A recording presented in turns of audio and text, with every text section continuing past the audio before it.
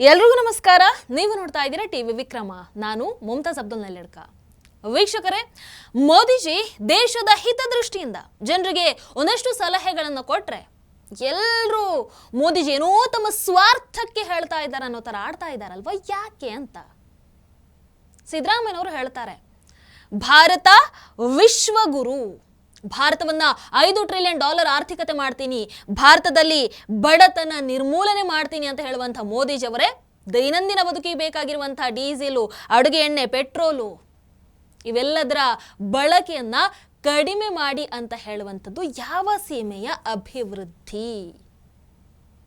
Sir, ಮೊದಲನೇದಾಗಿ ತಾವು ಅಭಿವೃದ್ಧಿ ಬಗ್ಗೆ ಮಾತನಾಡೋದ ಸಿದ್ದರಾಮಯ್ಯನವರೇ? ನಿಮ್ಮ ಕುರ್ಚಿ ರಾಜಕೀಯ ಬಿಟ್ಟು ಬೇರೆ ಏನಿದೆ ಹೇಳಿ? ದಿನ ಬೆಳಗಾದ್ರೆ CM ಬದಲಾವಣೆದೆ ಸುದ್ದಿ. ಅವರ ಬಣ ಹಾಗೆ ಹೇಳಿದ್ರು, ಇವರ ಬಣ ಹೀಗೆ ಹೇಳಿದ್ರು, ಅವರು ಡೆಲ್ಲಿಗೆ ಹೋದ್ರು, ಇವರು ಡೆಲ್ಲಿಯಿಂದ ಬಂದ್ರು. ಇದು ಬಿಟ್ಟು ರಾಜ್ಯದ ಪರಿಸ್ಥಿತಿ ಕಡೆಗೆ ಯಾರಾದ್ರೂ ಗಮನವನ್ನ ಹರಿಸ್ತಾ ಇದ್ದೀರಾ? ಮೋದಿಜಿ ಕಡೆಗೆ ಹರಿಸ್ತಾ ಇರುವಂತಷ್ಟು ಗಮನವನ್ನ ರಾಜ್ಯದ ಕಡೆಗೆ ಹಾಕ್ತಾ ಇದ್ದೀರಾ? ಆ ಗಮನವನ್ನ ಹರಿಸ್ತಾ ಇದ್ದೀರಾ? 5 ಗ್ಯಾರಂಟಿ ಅಂತ ಹೇಳ್ಕೊಂಡು ಬಂದು ಇವತ್ತು ಕರ್ನಾಟಕ ಜನತೆಯ ಕೈಗೆ ಚೊಂಬನ್ನು ಕೊಟ್ಟಂಥವ್ರು ಈ ರೀತಿ ಮಾತಾಡ್ತಾ ಇರುವಂಥದ್ದೇ ನಿಜಕ್ಕೂ ವಿಪರ್ಯಾಸ. ಇರಲಿ ವೀಕ್ಷಕರೇ, ಮೋದಿಜಿ ದೇಶದ ಮುಂದೆ ಮಾಡಿರುವಂಥ ಆ ಒಂದು ಮನವಿ, ಅದರ ಅರ್ಥ ಏನು? ನಾವು ಈಗ ಎಂಟ್ರಿ ಕೊಡ್ತಾ ಇರುವಂಥ ಈ ಸಂಕಷ್ಟಕ್ಕೆ ಜಗತ್ತಿನ ಬಹುತೇಕ ದೇಶಗಳು ಈಗಾಗಲೇ ಒಳಗಾಗಿವೆ.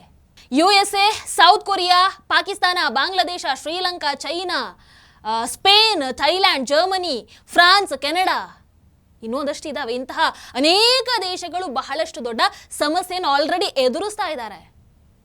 ಹಾಗಾದ್ರೆ ಇಂತಹ ಪರಿಸ್ಥಿತಿಯಿಂದ ಹೊರಬರೋದಕ್ಕೆ ಏನು ಉಪಾಯ ಇದೆ?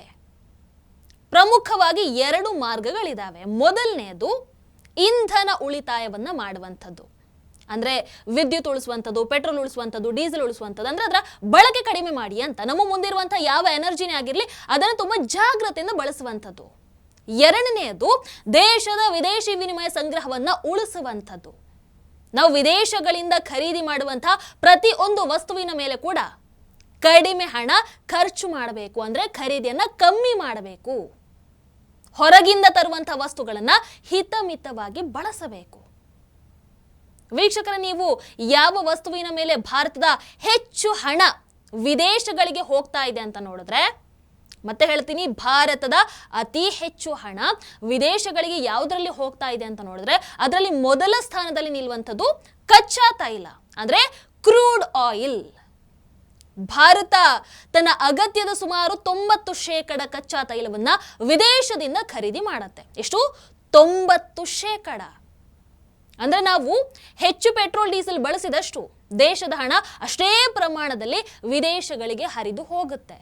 ಇದರಿಂದ ನಮ್ಮ ಆರ್ಥಿಕ ವ್ಯವಸ್ಥೆಯ ಮೇಲೆ ದೊಡ್ಡ ಹೊಡೆತ ಬೀಳುತ್ತೆ. ಅಂಡ್ ಈಗಿನ ಪರಿಸ್ಥಿತಿಯಲ್ಲಿ ಅದನ್ನು ತಡೆಯುವಂಥದ್ದು ಬಹಳ ಇಂಪಾರ್ಟೆಂಟ್. ವೀಕ್ಷಕರ, 2024ರಲ್ಲಿ ಭಾರತ ಕೇವಲ ಆಯಿಲ್ ಇಂಪೋರ್ಟ್ಗೆ ಅಂತಾನೆ ಸುಮಾರು 12 ಲಕ್ಷ ಕೋಟಿ ರೂಪಾಯಿಯನ್ನ ಖರ್ಚು ಮಾಡಿದೆ. ಈಗ ಇರಾನ್ ಯುದ್ಧದ ನಂತರ ಕಚ್ಚಾ ತೈಲದ ಬೆಲೆ ಏರಿಕೆ ಆಗಿರುವಂಥದ್ದನ್ನ ನೋಡಿದ್ರೆ ಮುಂದಿನ ದಿನಗಳಲ್ಲಿ ಆಯಿಲ್ ಇಂಪೋರ್ಟ್ ಕಾಸ್ಟ್ ಏನಿದೆ ಅದು ಇನ್ನೂ ಜಾಸ್ತಿ ಆಗಬಹುದು. ಅಂದ್ರೆ ಆರ್ಥಿಕವಾಗಿ ದೇಶ ದೊಡ್ಡ ಮಟ್ಟದ ಹೊರೆಯನ್ನ ಹೊರಬೇಕಾಗಬಹುದು. ಇನ್ನು ಕಚ್ಚಾ ತೈಲದ ನಂತರ ಭಾರತ ವಿದೇಶಗಳಿಂದ ಹೆಚ್ಚು ಹಣ ಖರ್ಚು ಮಾಡಿ ಖರೀದಿ ಮಾಡುವಂತಹ ಮತ್ತೊಂದು ವಸ್ತು ಯಾವುದು ಅಂತ ನೋಡಿದ್ರೆ, ಅಫ್ಕೋರ್ಸ್ ಎಲ್ರಿಗೂ ಗೊತ್ತಿರೋ ಹಾಗೆ ಚಿನ್ನ. 2024ರಲ್ಲಿ ಭಾರತ ವಿದೇಶದಿಂದ ಸುಮಾರು 5.5 ಲಕ್ಷ ಕೋಟಿ ರೂಪಾಯಿ ಮೌಲ್ಯದ ಚಿನ್ನವನ್ನ ಖರೀದಿ ಮಾಡಿತ್ತು. ಅಂಡ್ ಅದಕ್ಕೆ ಪೇ ಮಾಡುವಂಥದ್ದು ಡಾಲರ್ ಅಲ್ಲಿ ಪೇ ಮಾಡಬೇಕಾಗುತ್ತೆ. ಡಾಲರ್ ಮೌಲ್ಯ ಹೆಚ್ಚಾಗ್ತಾ ಹೋದ ಹಾಗೆ ಚಿನ್ನ ಖರೀದಿ ನಮಗೆ ಇನ್ನಷ್ಟು ದುಬಾರಿ ಆಗ್ತಾ ಹೋಗುತ್ತೆ. ಹಿಂದಿನ ವರ್ಷ ನಾವು ಚಿನ್ನ ಖರೀದಿ ಮಾಡಿದಂತಹ ಒಟ್ಟು ವೆಚ್ಚ 6.8 ಲಕ್ಷ ಕೋಟಿ.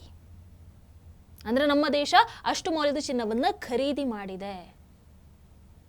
ಆಮೇಲೆ ಇನ್ನೂ ಒಂದು ಲೆಕ್ಕಾಚಾರವನ್ನ ನೋಡಿದ್ರೆ, ಭಾರತ ವಿದೇಶದಿಂದ ಪ್ರತಿದಿನ ಚಿನ್ನ ಖರೀದಿಸೋದಕ್ಕೆ ಅಂತ ಸುಮಾರು 1,800 ಕೋಟಿ ರೂಪಾಯಿ ಖರ್ಚು ಮಾಡುತ್ತೆ.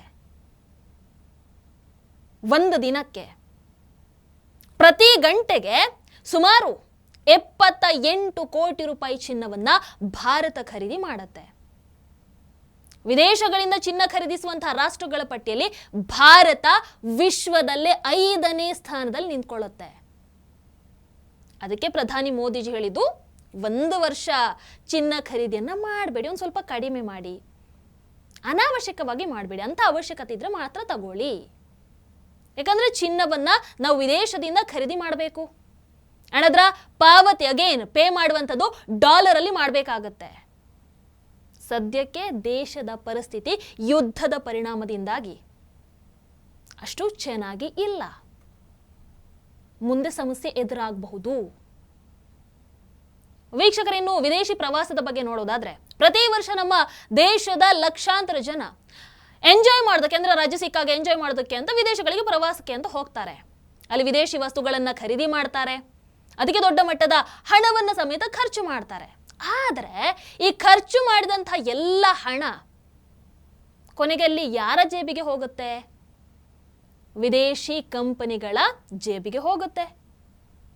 ಬೇರೆ ದೇಶದ ಆರ್ಥಿಕ ವ್ಯವಸ್ಥೆಯನ್ನ ನಾವು ಆ ಮೂಲಕ ಬಲಪಡಿಸ್ತಾ ಹೋಗ್ತೀವಿ, ನಮ್ಮ ದೇಶದಲ್ಲ. ನೋಡಿ 2023ರಲ್ಲಿ ನೋಡಿದ್ರೆ ಭಾರತೀಯರು ವಿದೇಶಕ್ಕೆ ಹೋಗಿ ಸುಮಾರು 2,72,000 ಕೋಟಿ ರೂಪಾಯಿ ಹಣವನ್ನ ಖರ್ಚು ಮಾಡಿದ್ದಾರೆ. ಇನ್ನು 2025ರಲ್ಲಿ ನೋಡಿದ್ರೆ ಸುಮಾರು 3,50,00,000 ಭಾರತೀಯರು ವಿದೇಶಿ ಪ್ರವಾಸಕ್ಕೆ ಹೋಗಿದ್ದಾರೆ.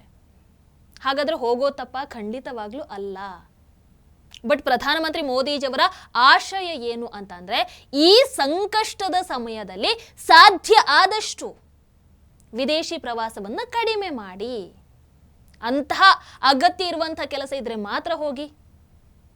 ರಜೆ ಎಂಜಾಯ್ ಮಾಡಬೇಕು ಅಂತ ಇದ್ರೆ ನಮ್ಮದೇ ದೇಶದಲ್ಲಿ ಎಂಜಾಯ್ ಮಾಡಬಹುದಲ್ವಾ? ನಮ್ಮ ದೇಶದಲ್ಲೇ ಎಂತೆಂತಹ ಅದ್ಭುತಗಳಿದಾವೆ, ಅದನ್ನ ಎಕ್ಸ್ಪ್ಲೋರ್ ಮಾಡಿ ಅಂತ. ಇಲ್ಲಿ ಇದರಿಂದ ಆಗುವಂತಹ ಲಾಭ ಏನು ಅಂತ ನೋಡಿದ್ರೆ, ನೀವು ಖರ್ಚು ಮಾಡುವಂತಹ ಹಣ ನಮ್ಮ ದೇಶದ ಒಳಗೆ ಉಳಿಯುತ್ತೆ. ಮೇಡ್ ಇನ್ ಇಂಡಿಯಾ ವಸ್ತುಗಳನ್ನು ನೀವು ಖರೀದಿ ಮಾಡಿದಾಗ ಆ ಹಣ ನಮ್ಮದೇ ಆರ್ಥಿಕ ವ್ಯವಸ್ಥೆಯಲ್ಲಿ ಒನ್ಸ್ ಅಗೇನ್ ಸರ್ಕ್ಯುಲೇಟ್ ಆಗುತ್ತೆ, ನಮ್ಮ ಎಕಾನಮಿಗೆ ಹೆಲ್ಪ್ ಆಗುತ್ತೆ. ಇನ್ನು ನೆಕ್ಸ್ಟ್, ರಾಸಾಯನಿಕ ರಸಗೊಬ್ಬರ. ಈ ವಿಚಾರದಲ್ಲೂ ಅಷ್ಟೇ ಭಾರತ ವಿದೇಶಗಳ ಮೇಲೆ ಅವಲಂಬಿತ ಆಗಿದೆ. ನಾವು ಇಂಪೋರ್ಟ್ ಮಾಡುವಂಥದ್ದು. 2025ರಲ್ಲಿ ಭಾರತ ಸುಮಾರು 1.5 ಲಕ್ಷ ಕೋಟಿ ರೂಪಾಯಿ ಮೌಲ್ಯದ ಕೆಮಿಕಲ್ ಫರ್ಟಿಲೈಸರ್ಗಳನ್ನ ವಿದೇಶದಿಂದ ಖರೀದಿ ಮಾಡಿದೆ, ಇಂಪೋರ್ಟ್ ಮಾಡಿದೆ. ಸೊ ಇದನ್ನ ಕೂಡ ಕಡಿಮೆ ಮಾಡಬೇಕಾದಂಥ ಅವಶ್ಯಕತೆ ಇದೆ.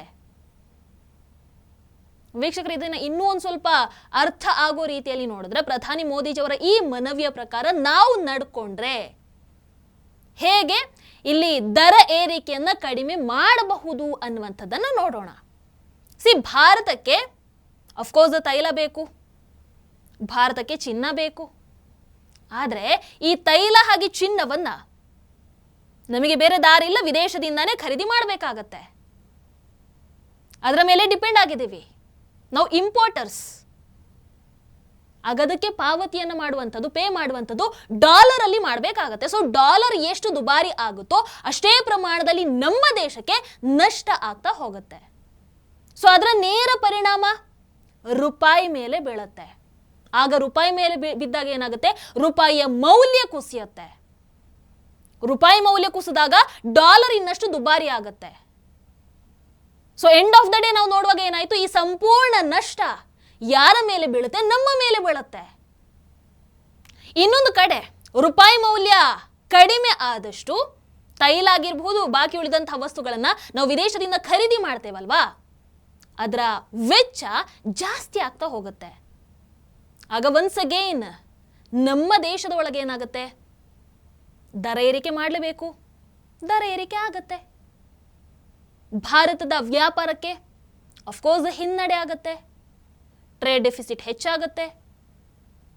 ಎಂಡ್ ಆಫ್ ದ ಡೇ ನಮ್ಮ ಆರ್ಥಿಕ ವ್ಯವಸ್ಥೆಯ ಮೇಲೆ ದೊಡ್ಡ ಒತ್ತಡ ಬೀಳತ್ತೆ.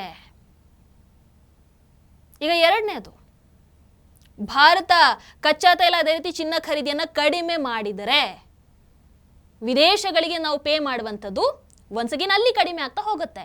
ಆಗೇನಾಯ್ತು, ಡಾಲರ್ ಮೇಲಿರುವಂತಹ ಬೇಡಿಕೆ ಕಡಿಮೆ ಆಗ್ತಾ ಹೋಗುತ್ತೆ. ಇದರಿಂದ ಈ ಕಡೆ ಏನಾಯ್ತು, ರೂಪಾಯಿ ಮೌಲ್ಯ ಜಾಸ್ತಿ ಆಗ್ತಾ ಹೋಗುತ್ತೆ.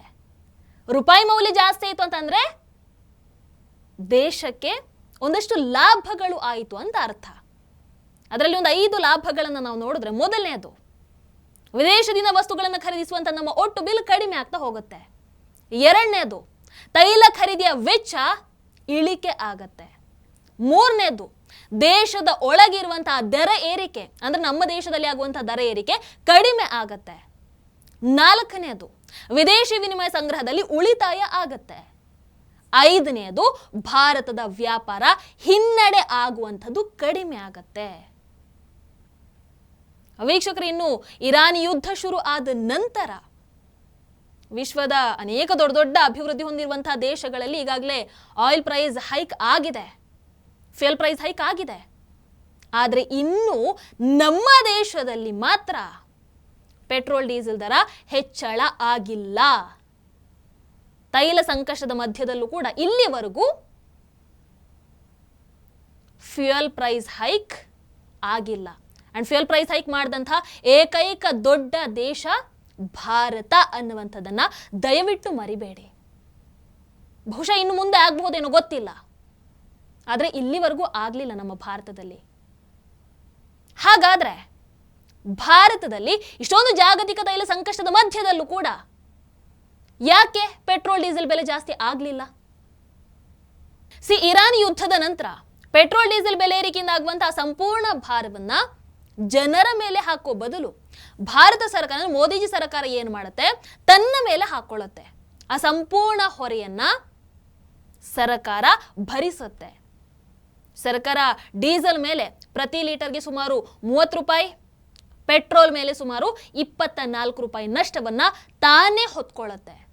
ಇಲ್ಲ ಅಂತಂದ್ರೆ ಆ ಹಣ ನೇರವಾಗಿ ನಿಮ್ಮ ಜೇಬಿಂದ ಹೋಗ್ತಾ ಇತ್ತು. ವೀಕ್ಷಕರೇ, ಸರ್ಕಾರ ಡೀಸೆಲ್ ಮೇಲಿನ ಎಕ್ಸೈಸ್ ಡ್ಯೂಟಿಯನ್ನ ಪ್ರತಿ ಲೀಟರ್ಗೆ 10 ರೂಪಾಯಿಯಿಂದ ಡೈರೆಕ್ಟ್ ಝೀರೋಗೆ ಇಳಿಸುತ್ತೆ. ಅಂದ್ರೆ ಡೀಸೆಲ್ ಮೇಲೆ ಸರ್ಕಾರ ಈಗ ಯಾವುದೇ ಎಕ್ಸೈಸ್ ಟ್ಯಾಕ್ಸ್ ಅನ್ನು ತಗೊಳ್ಳುತ್ತಿಲ್ಲ. ಇನ್ನು ಪೆಟ್ರೋಲ್ ಮೇಲಿನ ತೆರಿಗೆಯನ್ನ 13ರಿಂದ 3 ರೂಪಾಯಿಗೆ ಇಳಿಸುತ್ತೆ. ಸರ್ಕಾರ ತೆರಿಗೆ ಕಡಿಮೆ ಮಾಡಿ ಜನರ ಮೇಲೆ ಆ ಪ್ರೈಸ್ ಹೈಕ್ ಹೊರೆ ನೇರವಾಗಿ ಬೀಳದ ಹಾಗೆ ನೋಡ್ಕೊಳ್ಳುತ್ತೆ. ಸರ್ಕಾರ ಈ ತೆರಿಗೆ ಕಡಿಮೆ ಮಾಡದೇ ಇದ್ದಿದ್ರೆ ಮಾರ್ಚ್ 15ರಿಂದ ಏಪ್ರಿಲ್ ಎಂಡ್ ಒಳಗೆ ಸರಕಾರಿ ತೈಲ ಕಂಪನಿಗಳಿಗೆ ಸುಮಾರು 62,500 ಕೋಟಿ ರೂಪಾಯಿ ನಷ್ಟ ಆಗ್ತಾ ಇತ್ತು. ಹಾಗಂತ ನಷ್ಟ ಆಗ್ಲಿಲ್ಲ ಅಂತ ಅಂದುಕೊಳ್ಬೇಡಿ. ತೆರಿಗೆ ಕಡಿತ ಮಾಡಿದ ನಂತರ ಕೂಡ ತೈಲ ಕಂಪನಿಗಳಿಗೆ ಈಗಾಗಲೇ ಸುಮಾರು 30,000 ಕೋಟಿ ರೂಪಾಯಿ ನಷ್ಟ ಆಗಿದೆ. ಪ್ರತಿದಿನ 1,000 ಕೋಟಿ ರೂಪಾಯಿ ನಷ್ಟ ಆಗ್ತಾ ಇದೆ. The main reason of course Iran ಯುದ್ಧದ ನಂತರ ಕೂಡ ನಮ್ಮ ದೇಶದಲ್ಲಿ ಪೆಟ್ರೋಲ್ ಡೀಸೆಲ್ ಪ್ರೈಸ್ 1 ರೂಪಾಯಿಯಷ್ಟು ಕೂಡ ಹೆಚ್ಚಳ ಮಾಡದೆ ಇರುವಂಥದ್ದು. ಜಾಗತಿಕ ಮಟ್ಟದಲ್ಲಿ ಎಲ್ಲ ಕಡೆ ಫ್ಯೂಯಲ್ ಪ್ರೈಸ್ ಹೈಕ್ ಆಗಿದ್ರೂ ಭಾರತದಲ್ಲಿ ಆಗಿಲ್ಲ.